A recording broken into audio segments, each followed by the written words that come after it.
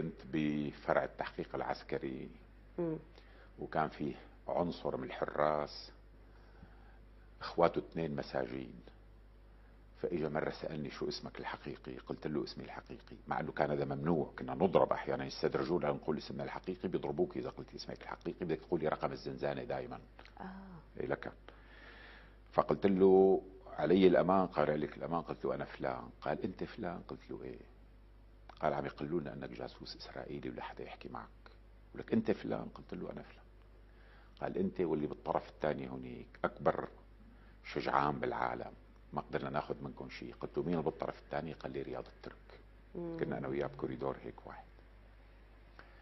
بعد كم يوم جاب لي مقص ضافير، قصه ضافيري. قال لي اوعى تطلع صوت، لانه اذا عرفوا انه نعطيك مقص ضافير بروح 3 سنين على تدمر. بعدين صار بين فتره وفتره يزت لي تفاحه. بالاخر اجى مره شي الساعه 3 وثلث بالليل، طبعا ما كان في ساعه، ما معي ساعه، بس سالته شو الساعه. قال لي تعا معي بس لا تطلع صوت. تقريبا تسلل انا وياه. اخذني على محل بعيد شي 40 متر، فتح باب زنزانه وقال لي فوت احكي له قصه لهالولد. ما انت مثقف، فوت احكي له قصه لهالولد. قمت عيط بالزنزانه، شفت في سيده عمرها 26 27 سنه يمكن، متكوره على ذاتها هيك، وخافت لما شافتني فايت. طبعا لها حق تخاف لانه عندها تجربه مريره معه. هي حملت وجابت الولد بالزنزانه. وشفت طفل عمره شي 4 5 سنوات، طفل هيك اسمراني حليوه صغير، وجهه منفخ هيك، يمكن لانه ما بشوف الشمس. فسلمت عليها، ما ردت، خايفه. فقلت لها يا بنتي، لانه فعلا مثل بنتي هي، شذا كانت بديك الايام بعمرها. انا مطلوب مني احكي قصه لابنك. شو بدي احكي له؟ قال يعني هيك تلعسمت كثير وخجلت وبعدين ما جاوبتني فعليا. فقعدت قلت له كان في عصفور. قال لي شو العصفور؟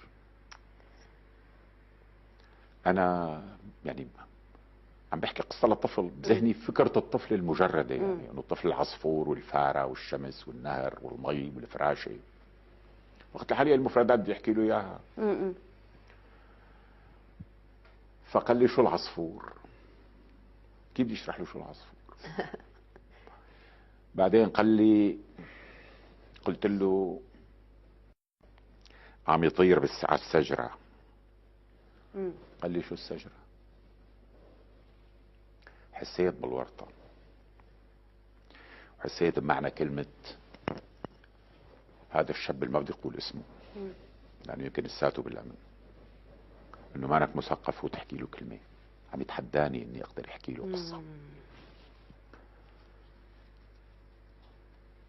فالمهم ما عرفت شو بدي احكي له. قلت لحالي بدي اغني له غنية هي مذكرتها بالقصة. فغنيت له غنية هذه ريما الحندقة، وبعدين غنيت له غنية ماما زمنها جاية وهيك شغلات.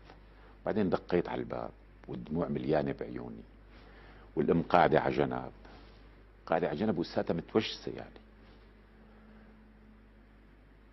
دقيت على الباب، بعد شوي اجا. قلت له طلعني الله يوفقك انا راح اختنق. قال ما حكيت له قصة. قلت له شو بدي احكي له؟